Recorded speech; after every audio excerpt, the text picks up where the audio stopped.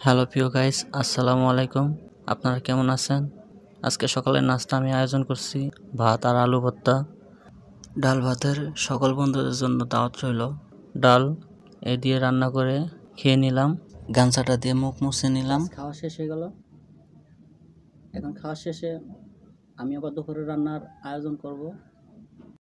দুপুরে রান্নার আগে নিজের ঘরটা একটু গুছিয়ে গেছে নিলাম।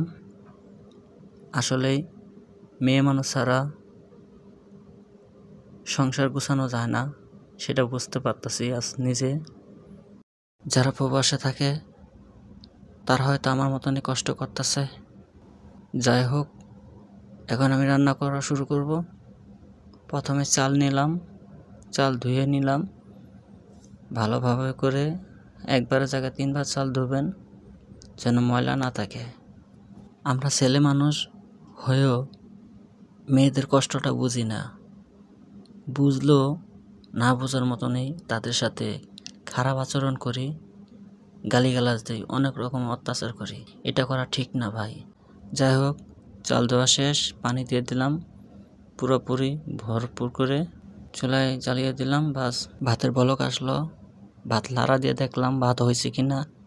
ভাত হয়ে গেছে, এখন ঠিক না দিচ্ছি। চুলায় গরম করলাম কড়াই, তেল দিয়ে দিলাম, পেঁয়াজ মরিচ দিয়ে দিলাম, লবণ দিয়ে দিলাম। বাস একটু লাড়াচাড়া দিতেছি। এতে হলুদ মরিচ দিয়ে একটু কষাই দিলাম, ডাল দিয়ে দিলাম, আলু পেঁয়াজ দিয়ে বাস ভালো করে কষাই করে নিলাম। ঢেকে দিলাম পানি দিয়ে, তারপর উতলা করে দেখলাম হয়েছে কিনা। হয়ে গেছে বাস। তারপর ভাজি রান্না করতেছি, তেল মরিচ দিয়ে ভাজি কষাই নিতেছি। ভাজি হয়ে গেল গা, নামিয়ে নিলাম। আসলেই মেয়ে মানুষ না থাকলে কতটা যে কষ্ট পুরুষের, সেটা একমাত্র আমি বুঝতে পারতেছি। আল্লাহ তাআলা মেয়েদেরকে অনেক ধৈর্য দিছে। তাছাড়া ছেলেরা কখনো পারতো না নিজেকে গুছিয়ে রাখতে। আমি নিজেই বেহুশ হয়েছি গা থালা বাসন ধুতে ধুতে।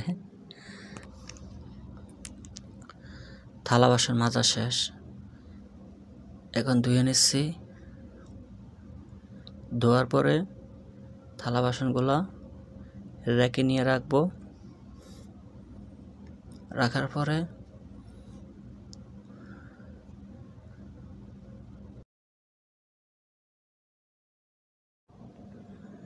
এখন ঘর ঝাড়ু দিয়ে নিচ্ছি।